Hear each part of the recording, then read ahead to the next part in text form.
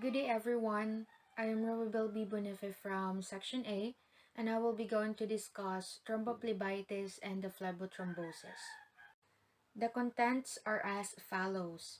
So first we have the definition, the etiology and risk factor, we have the clinical manifestation, diagnostic examination, the pathophysiology, the medical and surgical managements, nursing interventions, and then the prognosis. So let's come now to the definition. So first we have the thrombophlebitis. So thrombophlebitis is the term applied when thrombosis occur in vein, with the inflammatory reaction in the vein, the thrombosis being secondary to that inflammation. So this condition in which the inflammation of the vein wall has preceded the formation of thrombus, or also known as the blood clots. Next is we have the phlebothombosis. So phlebothombosis is the term applied when thrombosis occur in the deep veins in the absence of any inflammatory reaction in the vein. So the presence of a clot within the vein unassociated with the inflammation of the wall of the vein. Next is we have the etiology and risk factors. First, we have the thrombophlebitis. These conditions which may be associated with thrombophlebitis are, we have trauma to the vein concerned and thrombophlebitis migrans multiple venous thrombus occur. Also association with carcinoma, tropical thrombosis outbreak in Africans, notably typhoid fever, and any condition which causes irritation and inflammation of the vein wall. Next, we have the phlebothombosis. So, in 1856, Virchow identified three predisposing factors including a slowing of the bloodstream, changes in the vessel wall, and changes on the blood itself. It also occurs in those who suffer congestive cardiac failure, those who are immobile following surgery, especially abdominal surgery, those who are obese, those who have varicose veins, and those who are taking contraceptive pill. Next, we have the clinical manifestations. For thrombophlebitis, it is localized red warm area with hard cord-like swelling along course of affected vein, pain at rest and during movement. We have skin becomes pigmented along the course of the vein. Next, we have the phlebothombosis. Most frequently affected is deep veins of the calf, swollen legs and edematous. Calf is tender and painful on dorsiflexion of the foot, human signs or the dorsiflexion sign, aching or cramping at the site of the thrombus. We have tenderness, may be symptomless or asymptomatic, and we have unexpected features like pyrexia, pleuric pain, and tachycardia. Next is we have the diagnostic examination for thrombophlebitis. We have imaging tests such as ultrasound examination to check your legs from superficial or deep vein thrombosis.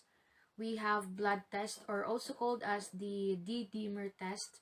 It can show if you have a high level of a substance that dissolves the clot. Next is we have the diagnostic examination for phlebothombosis, which is ultrasound examination or the Doppler ultrasound. It uses sound waves to look at the flow of the blood in the veins. It can detect blockages or the blood clots in the deep veins. Next is we have the simple pathophysiology of thrombophlebitis and the phlebothombosis. And this is also according to the Virchow's triad. First is we have the vascular injury. It damage to the vein wall that triggers the inflammation, promoting clot formation. The common causes are trauma, catheter insertion, or the intravenous drugs. Next is we have the venous stasis. It reduces blood flow or stagnation, increases the risk of clotting immobility, obesity, or conditions affecting venous return contribute to venous stasis. Next, we have the hypercoagulability. These conditions promoting blood clotting increase the likelihood of thrombophlebitis. It includes genetic factor disorders, malignancies, and hormonal factors um, like estrogen containing contraceptives. So, in response to vascular injury, the body activates the clotting cascade. Platelet adhere to the damaged area and initiating a series of reactions leading to thrombus formation. So the inflammation ensures causing local symptoms such as pain, redness, and swelling. If the clot extends into deeper veins, it can lead to deep vein thrombosis or the DVT, that posing a risk of embolization where a clot breaks loose and travels the lungs, causing a pulmonary embolism. Medical management and surgical management of thrombophlebitis and the phlebothombosis. First, we have the blood thinning medication. So, if you have a deep vein thrombosis, injection of blood thinning anticoagulant medications such as low molecular weight heparin, fondaparinux or Arextra, or apexaban or Eliquis, it can prevent clots from growing bigger. Next is we have the clot dissolving medications. The medication Altipase or Activase is used to dissolve blood clots in people with extensive deep vein thrombosis, including those who have a blood clot in the lungs or also known as the pulmonary embolism. Next, we have the compression stockings. It helps to prevent swelling and reduce the chances of complication of deep vein thrombosis. We have vena cava filter. A filter may be inserted into the vein in your abdomen to prevent clots that breaks loose in vein legs from lodging in your lungs.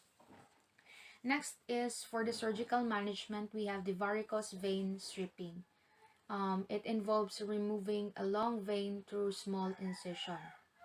Removing the vein won't affect blood flow in legs because veins deeper in the legs take care of increased volume of the blood. We have the nursing interventions for thrombophlebitis and the phlebothombosis.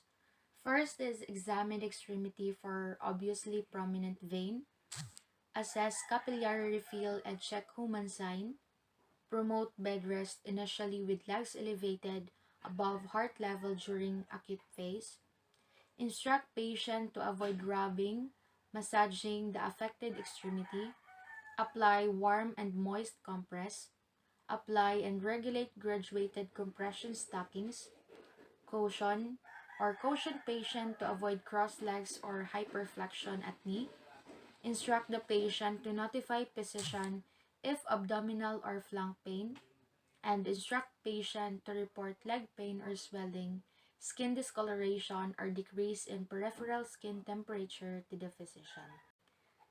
Lastly, we have the prognosis for thrombophlebitis and the phlebothrombosis. So for superficial thrombosis, it's related to underlying cause.